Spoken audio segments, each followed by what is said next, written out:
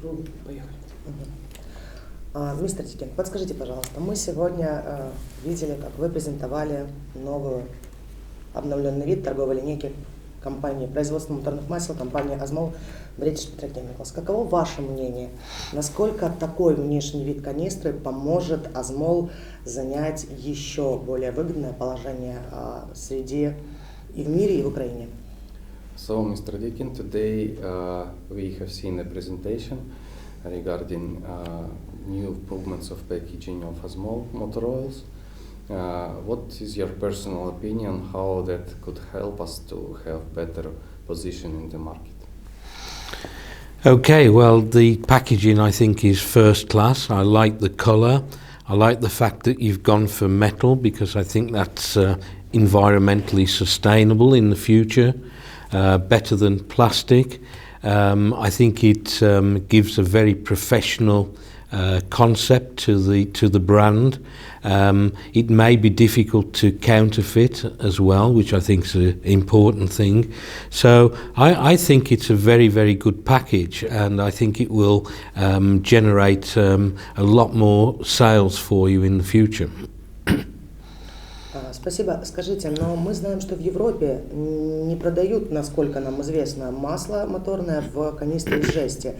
Azmol не собирается импортировать продукцию в Европу? Или же как это будет происходить? Ну, вот здесь что будет происходить? Расскажите. So as far as we know, not many of European companies produce their products in metal packaging. It is not very popular right now in Europe.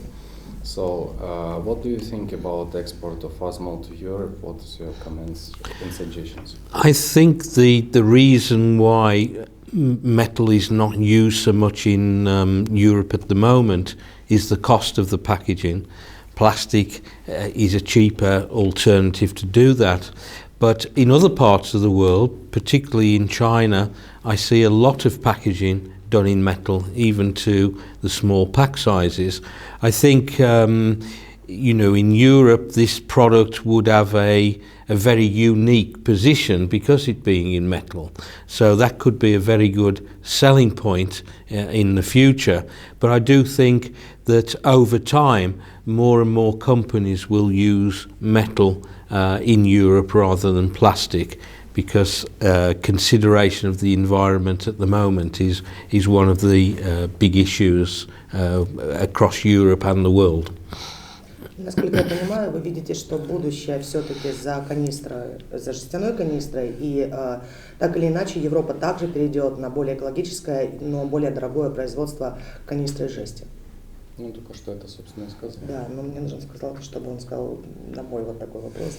Да, я считаю, что именно так. So, you think that the metal package have better future in Europe in case of inside of environment? Yes, there are some companies that are supplying product in metal containers, but not usually down to the small pack size that we're doing. We see very much 25 litres and 18 litres in metal drums, but not very much in the metal containers for 1 litre or 5 litre containers. Спасибо.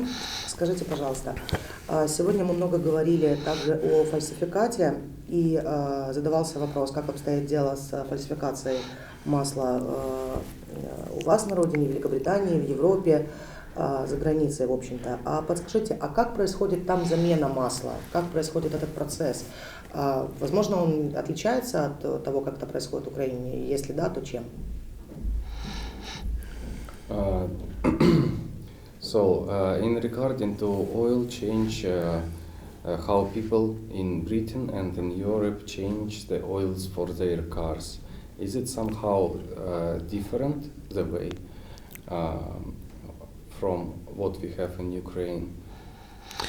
Yes, I think it's a lot different, and it's also different compared with other parts of Europe, because the average life of a car in the UK is probably 5 years, or 7 years, and then it's replaced with a new vehicle.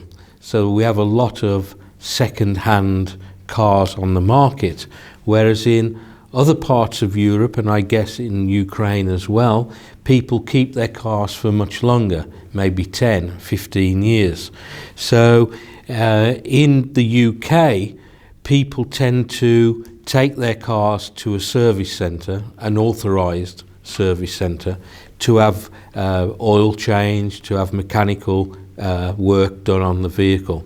So not many people do the work themselves now, because the life of the car is so much shorter, and new vehicles do not easily let the individual carry out work on them, because many of the diagnostics and the vehicle settings are all done by computer and instrumentation now. And of course the drain period on the oil can be 2.5 years before an oil change. So that's how much the technology has moved forward in Europe and particularly the UK. Спасибо. Такой вопрос. Опять же, возвращаясь к фальсификату, для Украины это действительно большая проблема. Какие пути борьбы, ухода, легализации этого рынка видите лично вы с вашим таким огромным опытом в работе со смазочной продукцией? In regarding to falsificate, which is a big problem in Ukraine, what is your suggestions for the future of Ukraine lubricants market, how to avoid it? It's a very difficult issue. Counterfeiting and parallel importing are problems that we don't seem to have in Europe, but I'm sure some of that goes on. How you can avoid it, I don't know. I don't have an answer to that. I know that as vehicle manufacturers place higher and higher specifications on their lubricants to use on them, then people to obtain warranty must ensure that they are purchasing correct specification lubricants for their vehicles. But without any national registration or control inspection body, I'm not sure how you can completely control that. Я вообще, в принципе, поняла, но может быть, может быть.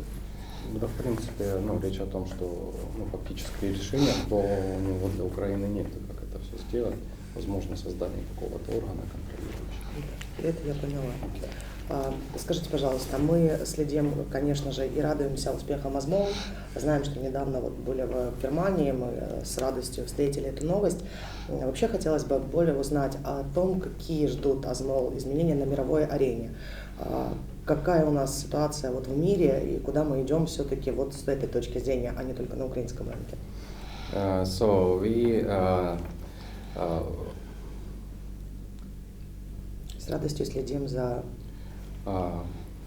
We're glad for to hear some of the successes which Azmol have during the time, and we know that you was in Germany certainly, and we are really much interested to looking forward to see what's news are going to happen in future.